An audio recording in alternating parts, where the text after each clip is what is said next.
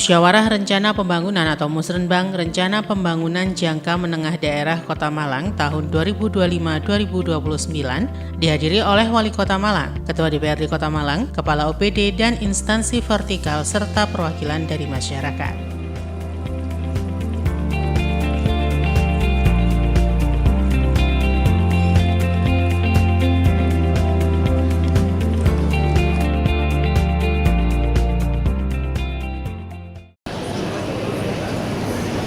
Hadirin dimohon berdiri.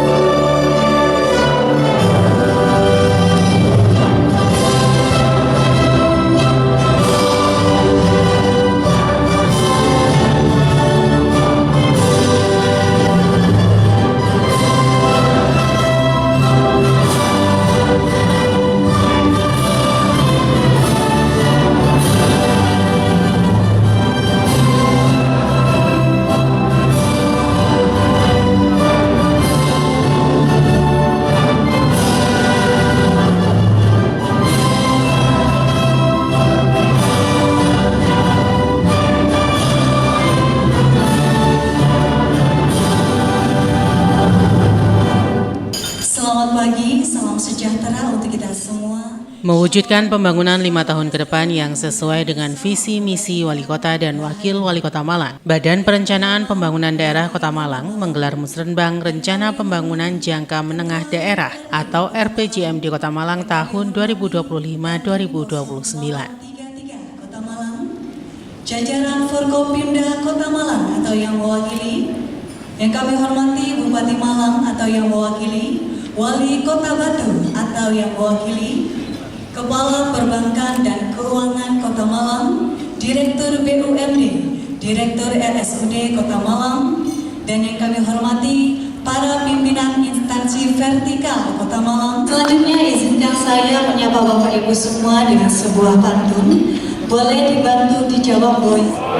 Jadikan Kota Malang semakin boy dan berkelas. Disampaikan oleh Kepala Badan Perencanaan Pembangunan Daerah Kota Malang. Yang kami hormati Ibu Dwi Rahayu SHMU, disilakan. Assalamualaikum warahmatullahi wabarakatuh. Secara ringkas melaporkan. Musrenbang ini diawali dengan laporan Kepala Bapeda Kota Malang Dwi Rahayu. Dalam laporannya mengatakan bahwa Musrenbang RPJMD Kota Malang tahun 2025-2029 ini bertujuan untuk membahas rencana pembangunan Kota Malang 5 tahun ke depan. Pengendalian dan evaluasi pembangunan daerah, tata cara evaluasi RPJMD dan RPJPD dan RPJMD, serta tata cara perubahan RPJPD, RPJMD dan RKPD yang mengamanatkan pelaksanaan Musrenbang RPJMD dihadiri pemangku kepentingan. Selanjutnya, sesuai instruksi Menteri Dalam Negeri Nomor 2 Tahun 2025 tentang pedoman penyusunan RPJMD dan Renstra Perangkat Daerah tahun 2025-2029, Musrenbang RPJMD tahun 2025-2029 dilaksanakan paling lambat 75 hari setelah pelantikan kepala daerah. Samping dalam rangka memenuhi tahapan penyusunan dokumen perencanaan sebagaimana amanat Peraturan Menteri Dalam Negeri Nomor 86 Tahun 2017 dan Instruksi Menteri Dalam Negeri Nomor 2 Tahun 2025, juga dimaksudkan sebagai sarana komunikasi interaktif dan dialog membangun antara seluruh pemangku kepentingan pembangunan Kota Malang, meliputi eksekutif, legislatif, akademisi, organisasi profesi, dan komunitas.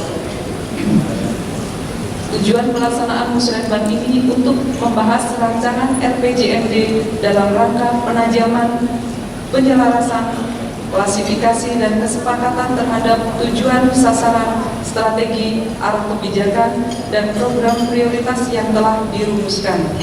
Selain itu, diperlukan penyelarasan dukungan program perangkat daerah terhadap pencapaian prioritas nasional, proyek prioritas atau proyek strategis, dan atau highlight arah kebijakan kewilayahan. Melalui sumbangsi saran dan masukan dari segenap pemangku kepentingan yang dilandasi dengan itikat dan semangat yang baik, diharapkan dokumen perencanaan pembangunan jangka menengah tahun 2025-2029 akan semakin komprehensif dan berkualitas. Kiranya ada yang kurang berkenan dalam pelaksanaan kegiatan ini. Sekali lagi, mohon maaf, terima kasih. Wassalamualaikum warahmatullahi wabarakatuh. Yang kami hormati, selanjutnya marilah kita ikuti bersama penyampaian materi yang akan disampaikan oleh Ketua DPRD Kota Malang. Yang kami hormati Ibu Amitia Ratnanggani dari BPSS diserahkan. Yang saya hormati para staf. Usai laporan Kepala Bapeda Kota Malang, pada musrenbang ini Ketua DPRD Kota Malang Amitia Ratnanggani Siraduhita dalam sambutannya berharap agar pembangunan di Kota Malang harus merata di setiap daerah sehingga kesejahteraan masyarakat juga merata. Yang tidak dapat saya sebutkan satu persatu, ada beberapa hal yang ingin saya sampaikan di sini.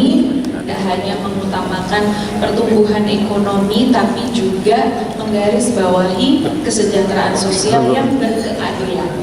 Yang penting berkeadilan dan berkelanjutan dan keberlanjutan lingkungan.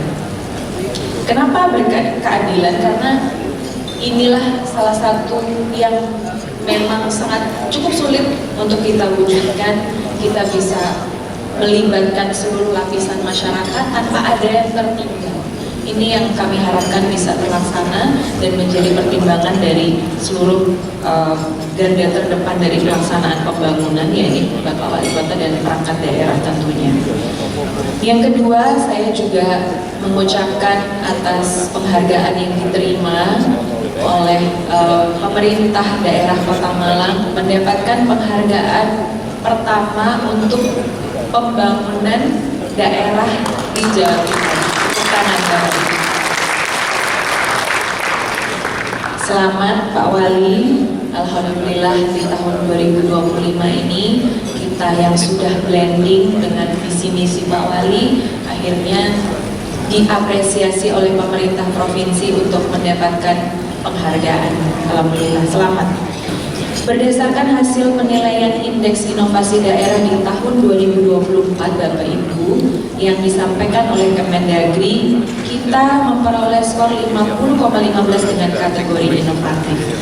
Namun ini peringkatnya masih menengah, sehingga harapan kami penghargaan yang didapatkan di tahun ini itu kemudian bisa menjadi motivasi lebih untuk kita bisa menyempurnakan kembali inovasi di dalam penyusunan pembangunan di dalam daerah Kota Malang itu sendiri.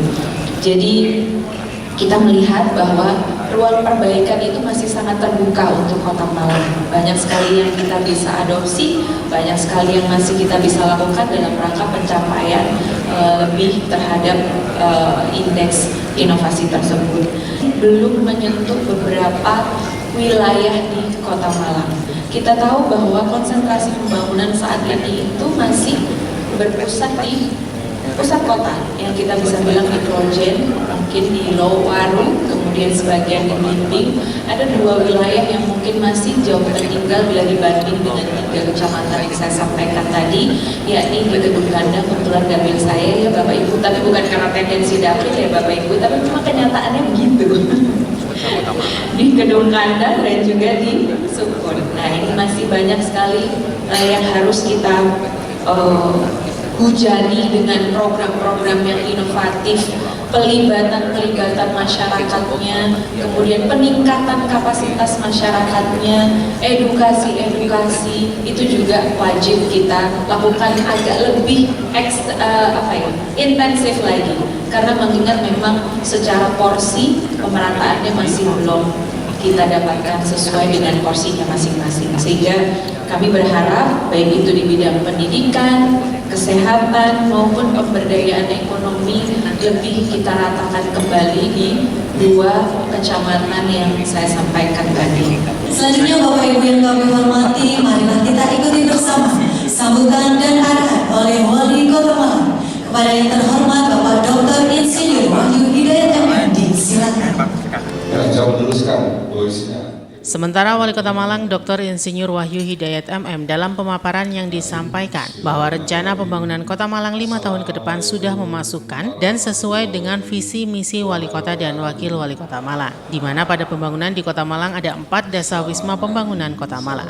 Wali Kota menambahkan bahwa dengan musrenbang ini harapannya dapat menyelaraskan program pembangunan antara pemerintah daerah, pemerintah provinsi, dan pemerintah pusat. Acara pada hari ini yaitu musrenbang rencana pembangunan jangka menengah daerah atau RPJMD Kota Malang tahun 2025 sampai dengan tahun 2029 merupakan salah satu tahapan dalam penyusunan RPJMD Kota Malang yang nantinya menjadi pedoman penyelenggaraan pemerintahan untuk mencapai visi dan misi kami selama 5 tahun ke depan, berbudaya optimis, indah, sejahtera, berkelanjutan, kolaboratif, efisien, lestari, adaptif, dan sinergis. Boys dan berkelas adalah niatan tulus dan sekaligus komitmen kami untuk memperkuat fondasi masyarakat dalam mewujudkan Kota Malang yang berdaya saing global 2045 selaras dengan cita-cita Indonesia 2045 yaitu Indonesia Masa. Boys dan berkelas dapat terwujud pada periode masa jabatan Wahyu Hidayat dan Ali Muthahirin. Visi tersebut diuraikan menjadi 4 misi, mengingat strategisnya agenda hari ini kiranya perlu saya bacakan ke-4 misi. Misi kami yaitu 1. Mewujudkan generasi yang berbudaya, optimis dan inovatif atau bisa disebut dengan klaster sumber daya manusia. 2. Mewujudkan masyarakat sejahtera dan mandiri berbasis perekonomian yang mapan dan adaptif atau bisa disebut dengan klaster perekonomian dan kesejahteraan. 3. Mewujudkan lingkungan perkotaan yang indah, kolaboratif, berkelanjutan dan lestari atau bisa disebut dengan klaster lingkungan perkotaan berkelanjutan. 4. Mewujudkan tata kelola pemerintahan dan pelayanan publik yang efisien dan sinergis atau bisa disebut dengan klaster tata kelola pemerintahan. Memenuhi kaidah penyusunan RPJMD sebagaimana regulasi yang ada telah merumuskan 4 tujuan dan 10 sasaran yang mendukung perwujudan visi dan misi. Perumusan visi, misi dan tujuan sasaran telah memperhatikan aspek keterkaitan dan keselarasan dan kausalitas vertikal dari atas ke bawah atau yang lebih familiar disebut dengan istilah cascading 2030 yang menjadi guidance sekaligus mainstream dalam penyelenggaraan pemerintahan dan pembangunan setiap tahunnya.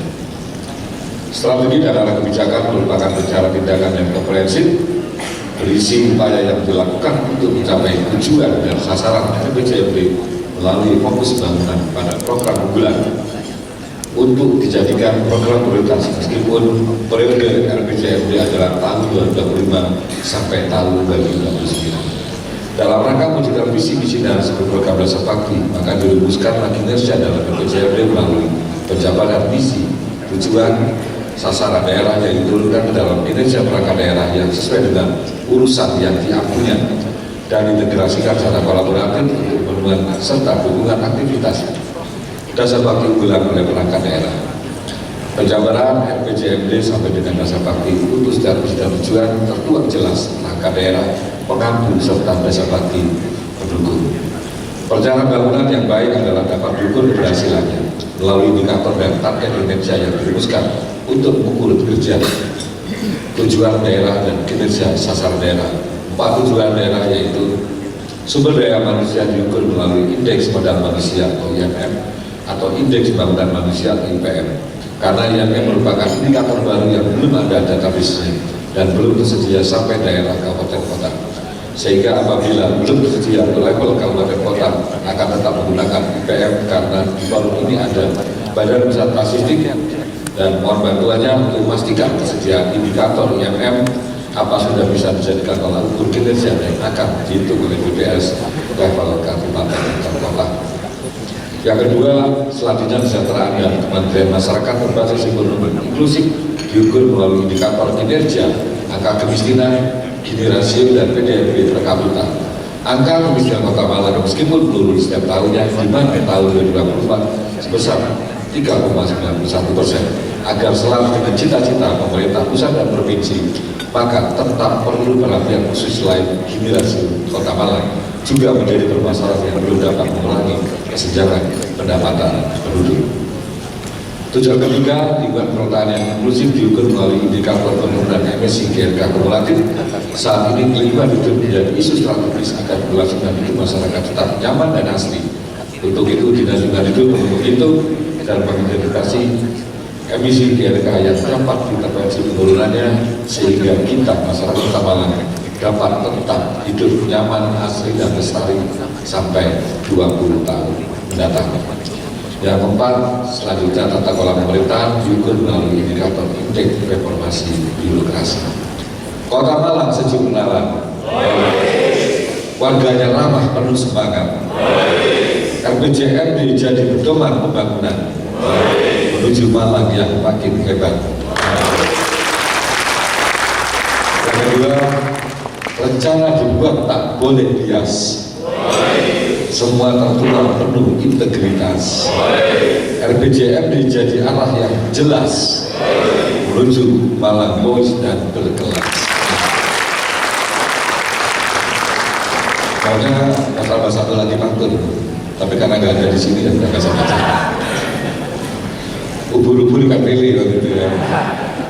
Sambutan mesti bocor le. Terima kasih atas kehadirannya dan perhatiannya. Lalu nafiqillah at-tabiqari wa bi'ik hidayah. Wassalamualaikum warahmatullahi wabarakatuh. Salam Santi Santio, Namo Buddhaya, salam kebajikan, rahayu. Kota Malang, Kota Malang, Kota Malang, merdeka. Selanjutnya Bapak Ibu, sebelumnya kami ucapkan terima kasih kepada Bapak Ibu tamu undangan yang telah mengisi saran dan masukan melalui form Bitly yang telah disediakan. Dan selanjutnya akan kita ikuti penyampaian saran dan masukan dari perwakilan tamu undangan. Karena tentunya pada kesempatan yang luar biasa ini telah hadir bersama kita Bapak Wali Kota Malang yang juga akan menanggapi aspirasi dari Bapak Ibu sekalian. Untuk itu kami persilakan kepada yang pertama untuk menyampaikan saran dan masukannya Ibu Andriani Febrianti dari DPC Asita Malang Raya.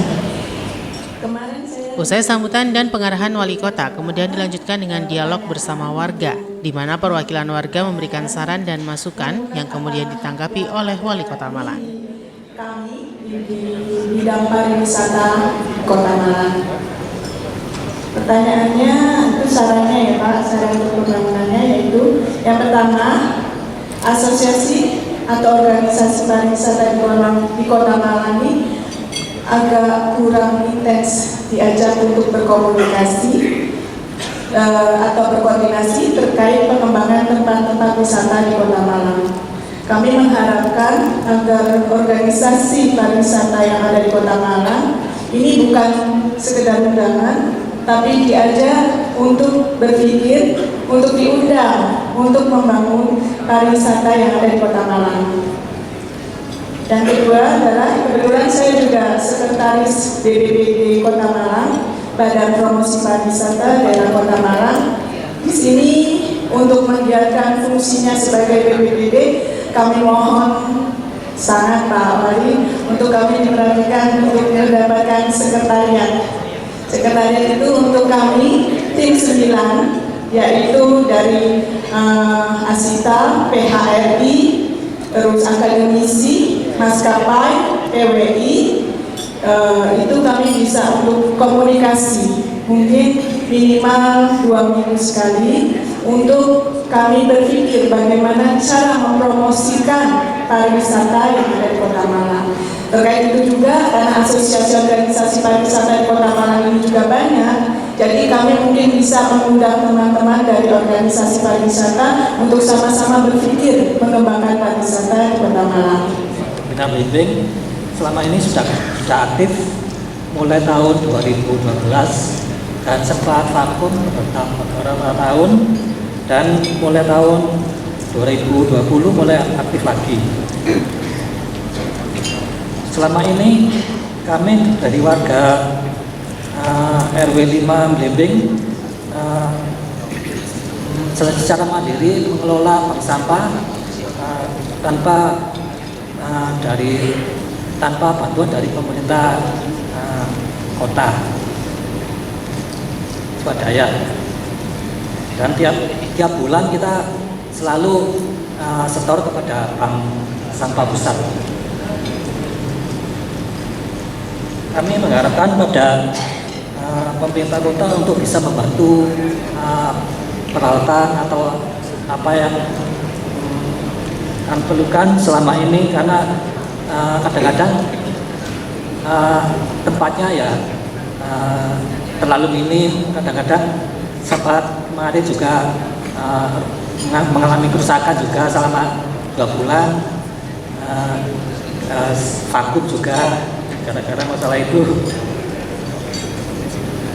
Juga saya mengharapkan bank sampah itu dapat dikembangkan secara luas di Kota Malang untuk mengurangi sampah ya, di perkotaan saat ini. Yang pertama dari Bu Adriani Febrianti untuk pengembangan pariwisata.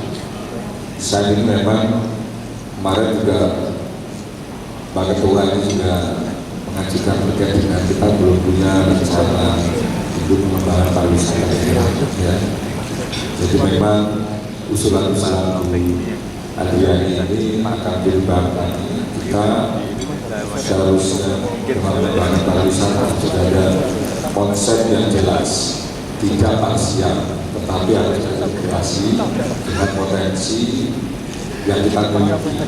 Potensi itu tidak hanya terkait dengan destinasi atau potensi alam, tetapi juga wisata buatan, kemudian juga terkait dengan peninggalan seperti Kota Malang ini kan bukan alam, tapi ada lebih banyak kawasan-kawasan heritage, kawasan-kawasan yang memang berbeda dengan beberapa wisata yang ada di bangsa.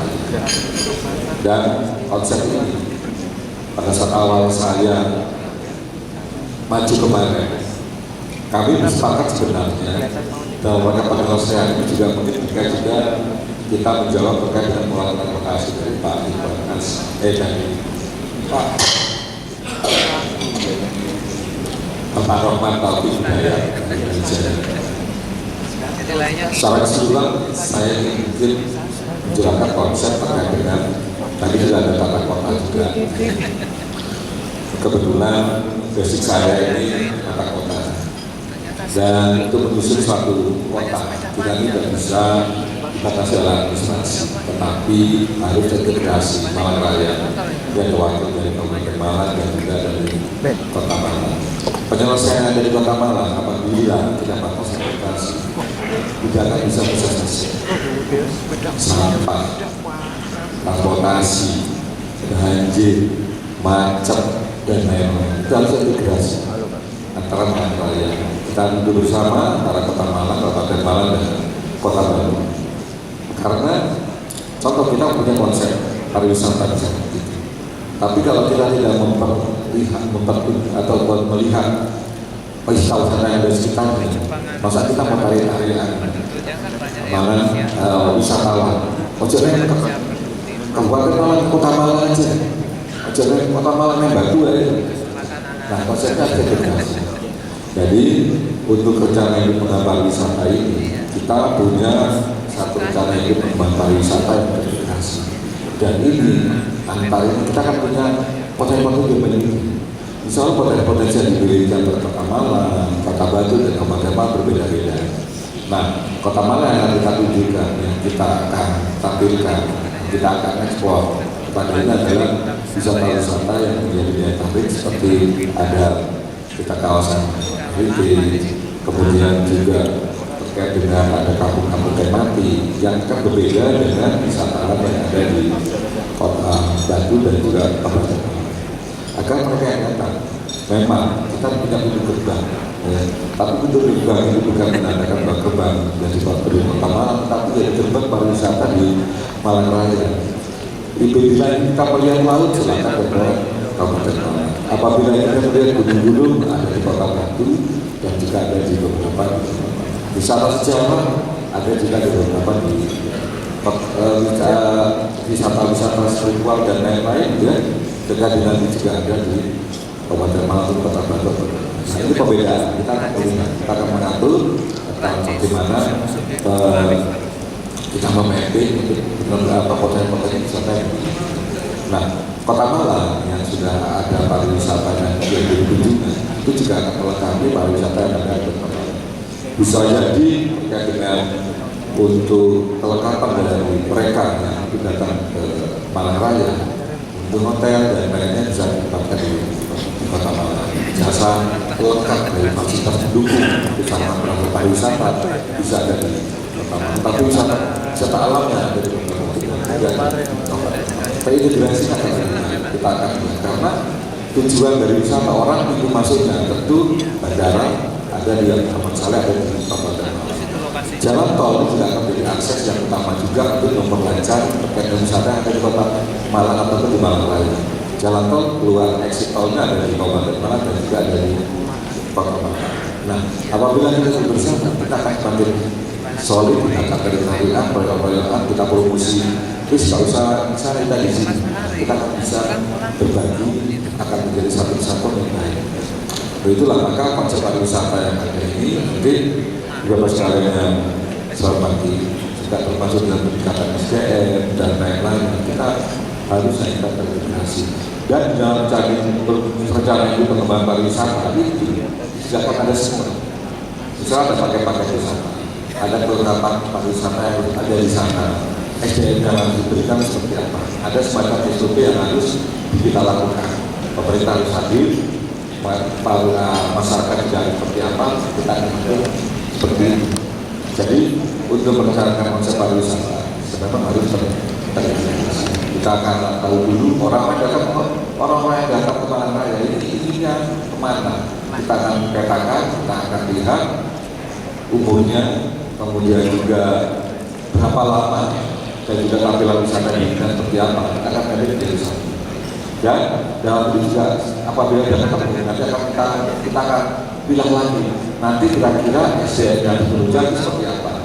Kemudian dari Pak Iqbal Aziz ini saya terima kasih ini Pak Iqbal Aziz dari BRI, salam saya Pak Jalani ya untuk perhatian terkait dengan karena memang terkait dengan sinergisitas ya, apalagi dari tingkat kemampuan terutama terkait juga bagaimana untuk investasi, pembiayaan investasi, kemudian juga ada solusi terkait dengan bank sampah ya, terus kemudian ada pendanaan dan tentu ini juga terkait dengan solusi smart city ya, untuk dua masyarakat baru dan teknologi dan ini memang apabila ini ada masuk juga solusi cash management ya.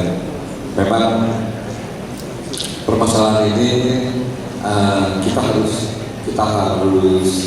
banyak satu untuk meningkatkan sumber daya manusia yang ada langkah-langkah yang kita lakukan untuk menjadi satu solusi terkait permasalahan tersebut. Memang terkait dengan bank sampah ya selama ini banyak membantu pemerintah ya untuk mengurangi terkait sampah yang ada di Kota Malang, termasuk tadi juga yang dimasukkan dari Pak Ketua DPRD terkait pengelolaan sampah. Insya Allah sampah ini nanti juga akan kita selesaikan dan permasalahan-permasalahan yang kita internalisir, termasuk juga bagaimana kondisi TPS, kondisi TPA yang ada saat ini dan maksimalisasi untuk penanganan sampahnya karena tidak ada beberapa tawaran-tawaran dari pihak ketiga juga menyelesaikan sampah ini secara menyeluruh, ya tidak hanya menyelesaikan di TPA-nya saja, tetapi juga dengan TPS, dengan teknologi yang terbaru. Kemudian ke depan dengan beberapa tawaran-tawaran yang sudah dilakukan oleh kabupaten kota yang lain bisa menyelesaikan persoalan sampah. Termasuk juga bagaimana kita kolaborasi yang baik dengan bank sampah, ya ini dari Pokdakan, Laboy dan bank sampah dengan Blimbing ya. Kita yakin bahwa bank sampah ini juga membantu kami di kota-kota bisa menyelesaikan perkembangan sampah. Jadi apabila nanti terkait dengan keinginan dari peralatan ya, selama ini untuk peralatan sebagai dengan gotong royong, nanti monggo bisa diajukan untuk permohonannya apa yang kita lakukan, karena di dihasilkan itu untuk bisa membina terkait dengan bank sampah ini akan bisa satu bagian yang untuk bisa membantu dari Kota Malang untuk menyelesaikan persoalan sampah. Menyampaikan saran dan masukan akan diberikan bingkisan. Bingkisan ini sebagai bentuk apresiasi dari pemerintah Kota Malang atas partisipasi dari Bapak Ibu sekalian.